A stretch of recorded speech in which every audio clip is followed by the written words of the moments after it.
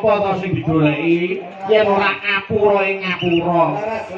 Ana pinggete ngrasa antarane tangga siji lan sijine aja dilestarekke ning kudu dadi ilangke. Cocok. Nggih mboten. Napa-napa niku wong jenenge menungso yen isih urip mesti kedunungan salah lan dosa. Apes murka lali niku sandangane menungso. Betul.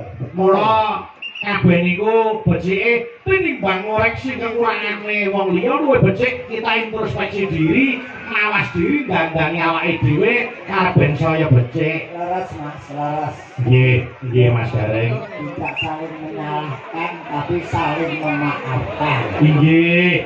Awang yo anu napa niku piyai niku nek ngapura wis atine yo lega, ora ngregeti pikiran, ora marake penyakit. Boten ganjel ati. Betul. Nggih. Mas Gareng, menika gandeng bintang tamu akeh banget. Iya mbok siji diaturke. Ditanjake Mas. Ayo mesti no. Mumpung iki nggih suasanane sing suasana ngaten iki. Nggih. Nggih, malah pun ngumpul kabeh. Alhamdulillah. Sampun pareng sowan sedayanipun. Nggih. Menika mbak-mbak Waranggono yang sedang naik daun kabeh. Nggih, naik daun bangsa ulo tetek dadi naik daun. Ya ora kok ya. Nggih, bakune nembe dipun tepang kalian para penonton. Leres. Nggih, Menika anu Mas Gareng aku tak nyuwun tulung sik. sinten Mas? Menika saking panjenengan Bapak Junedi ngatur para warga Kedung Salam minal aidin wal faizin. Banyak salah kami sekeluarga mohon maaf yang sebesar-besarnya. Nggih. Menika ngersakaken lagon Podang Kuning dening Mbak Lintang Kairo. Wah. Iki bukan kamu sing adoh papane. Kok adoh pamane kowe? Adoh asale Kairo. Oh iya.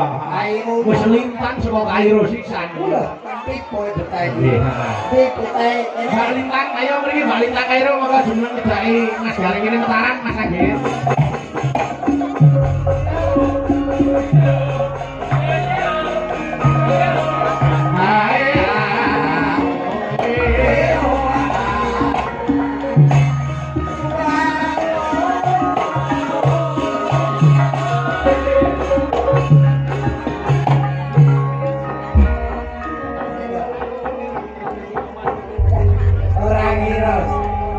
Bocah kaya pring kok Sik kodane Pripun to?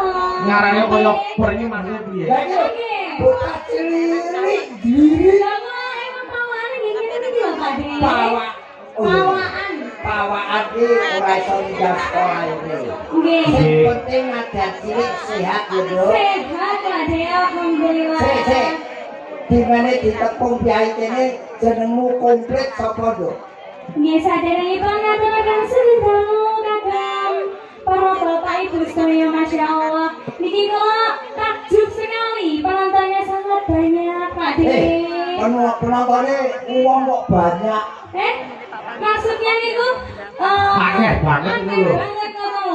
Iya, ampun banyak. Nggih awet saking mriko wau sampun Iki ora mung saka desa kene, uga desa tetangga padha mirsani bahkan di luar kecamatan pun sami. Saka Blitar enek, saka Surabaya enek, lengkap sana nggih. saka Jember enek. Tapi iki cocok karo Pak Junedi ning gelar tontonan. Amin. Ayo no.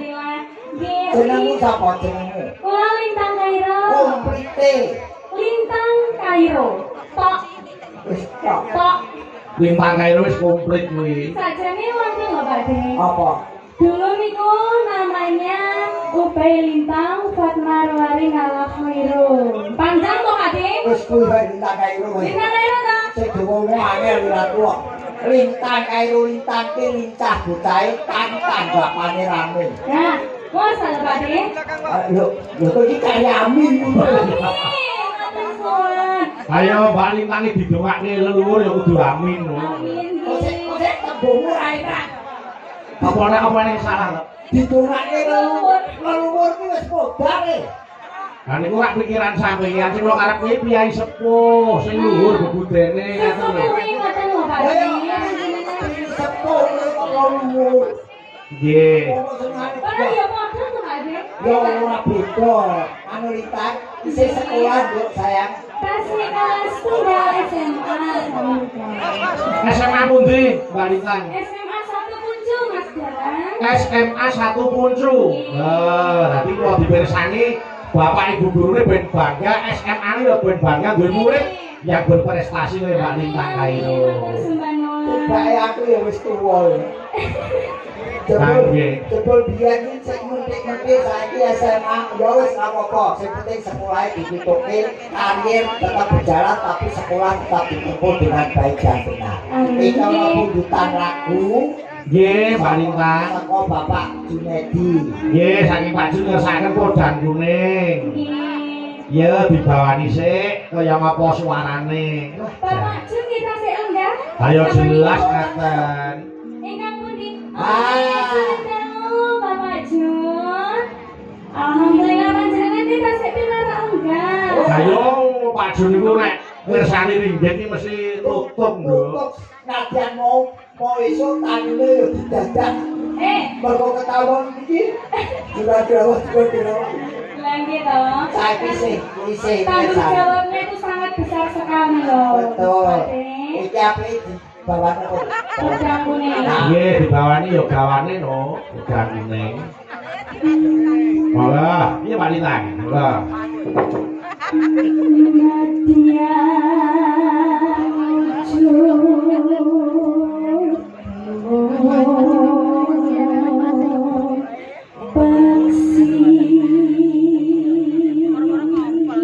Suarane iso kredit lho.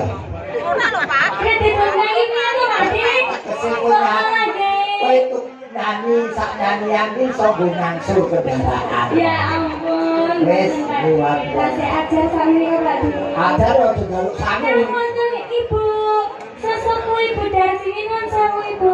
Kae pesen Mbak-mbaknya semuanya. pojok kae presiden Purbakala. Loh, nek nyewa sampe nake dhewe yo.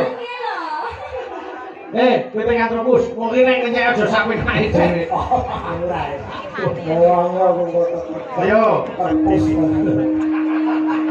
Iya, Duk.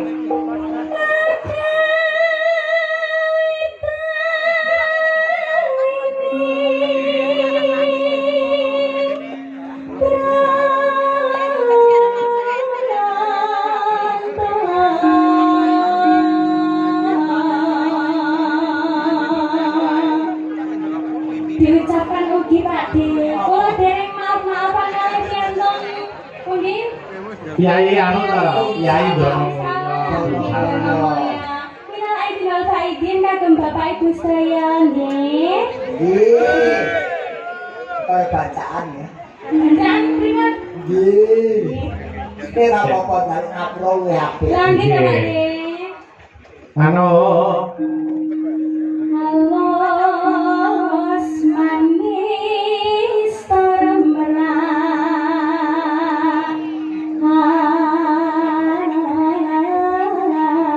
hati.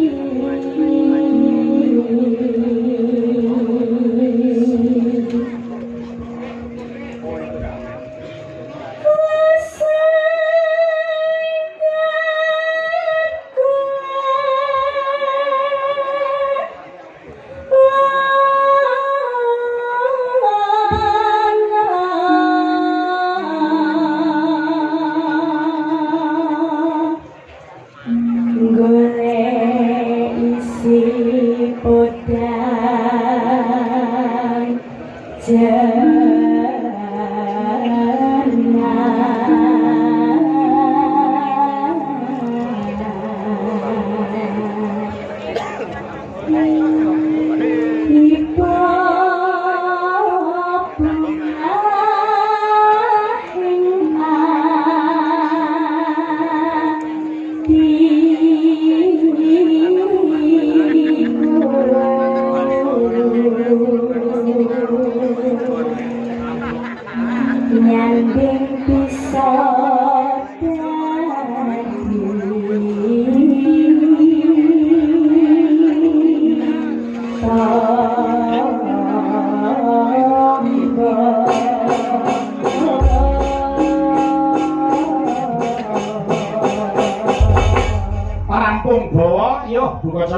langgame. Monggo, Nduk.